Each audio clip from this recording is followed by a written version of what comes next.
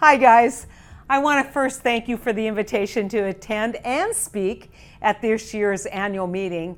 I think all of you in that room know the special place that Basin holds with me, and I'm truly sorry. I'm not there to give you a hard time, all you people on the board, but also to thank all of you great rural leaders for the work that you do in keeping the lights on in your community.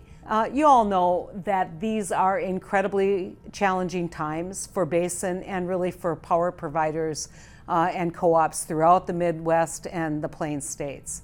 While you continue to work every day to deliver the most affordable and reliable electricity to your customers, increased regulation, especially on coal-fired power, is making it more and more difficult for you to meet your duty to your members.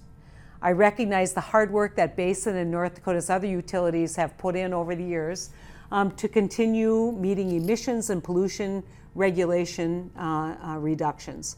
I'm proud of how efficient and clean our fleet is compared to other states. It's something you all should be so proud of because you accomplished that while continuing to keep the power on, keep the power reliable, and keep the costs low. I know that Basin was at the head of the pack when it comes to sitting down with EPA, state regulators, and partners in neighboring states to craft a reasonable path forward for the reduced carbon emission rules. You've continued to be a great partner to work with. Unfortunately, as you prepared to implement that draft rule, we received the final rule.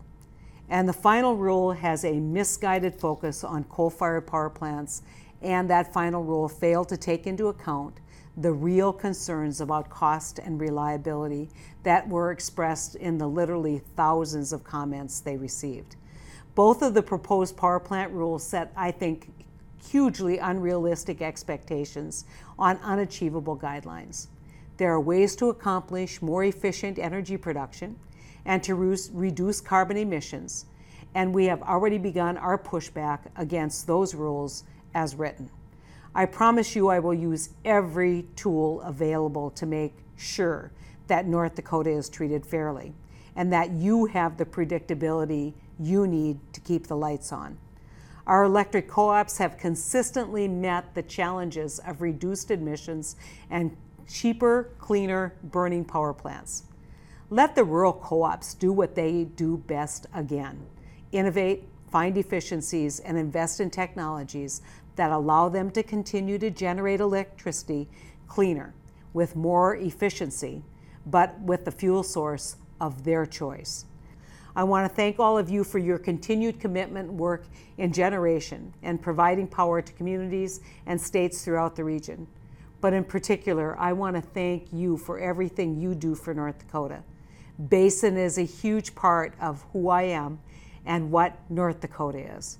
I look forward to continuing to work with you, especially on these clean power plant rules, to make sure that we are pursuing a strategy of litigation, a strategy of legislation with things like the CRA that I introduced yesterday with my friend Shelley Capito from West Virginia, innovation, taking a look at those new technologies that when deployed can make sure that you have all those resources, including coal, available to you in the future, and then taking a look at what we can do to push back on a negotiated basis with EPA to provide you with the predictability. So thank you, and know that you will always have an advocate right here, not only for the work that you do, but for all of rural America as we move forward with the challenges that we're handed every day. I know that you're there cheering for us, you're there working for us, and you're there innovating and creating, which is going to make all the difference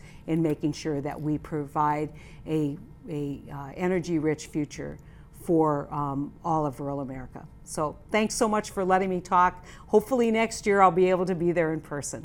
Take care.